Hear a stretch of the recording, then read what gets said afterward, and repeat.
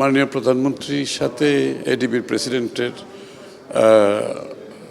দীর্ঘ আলোচনা হয়েছে অনেকক্ষণ ধরে, এবং এডিবির সাথে বাংলাদেশের যে পার্টনারশিপ, অলরেডি আমাদের একটা পার্টনারশিপ আছে, বাট এটাকে আরও কীভাবে এগিয়ে নিয়ে যাবে এটার উপর দীর্ঘ আলোচনা হয়েছে। এবং বিশেষ করে অলরেডি 1.4 বিলিয়নের একটা এগ্রিমেন্ট গতকাল সই হয়েছে, বাজেট সাপোর্ট সহ কিছু প্রজেক্ট সহ।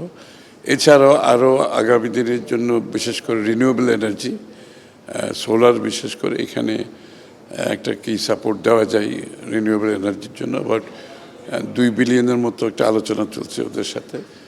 তাছাড়া আমাদের বাংলাদেশের সার্বিক ভাবে যে ওভারঅল একটা প্রজেক্ট নেওয়া হয়েছে, সেটা হচ্ছে পুরো দেশের মধ্যে একবার নর্থ বেঙ্গল থেকে শুরু করে চট্টগ্রাম পর্যন্ত বসুন্ধরা টিস্যু অশুদ্ধতার বিরুদ্ধে এক বিন্দুও ছাড় নয়।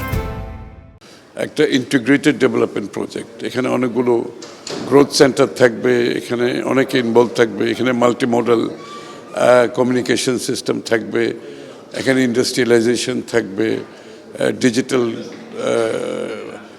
ডেভেলপমেন্ট থাকবে। তো এই প্রজেক্টটা হচ্ছে আগামী 5 বছর, ওখানে $5 বিলিয়ন, ওখানে প্রায় ম্যাচিং ফান্ডও আসবে বাইরের থেকে। আর তাছাড়া ক্যাপিটাল মার্কেট, আমাদের শেয়ার বাজারের উপর এডিবির একটা সমর্থন থাকবে, এটাও আলোচনা হয়েছে।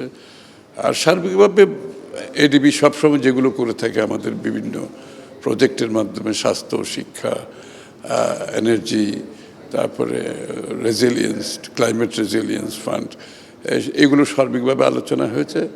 আমার মনে হয় একটা খুব ভালো আগামী দিনের এডিবির সাথে বাংলাদেশের একটা ভালো পার্টনারশিপের প্রতি আমরা এগিয়ে যাচ্ছি, এবং এটা বাংলাদেশের যে আমাদের অর্থনৈতিক যে $1 ট্রিলিয়ন ইকোনমির যে আমাদের যে ঘোষণাটা আসছে, এটার জন্য বিশেষভাবে সহায়ক হবে।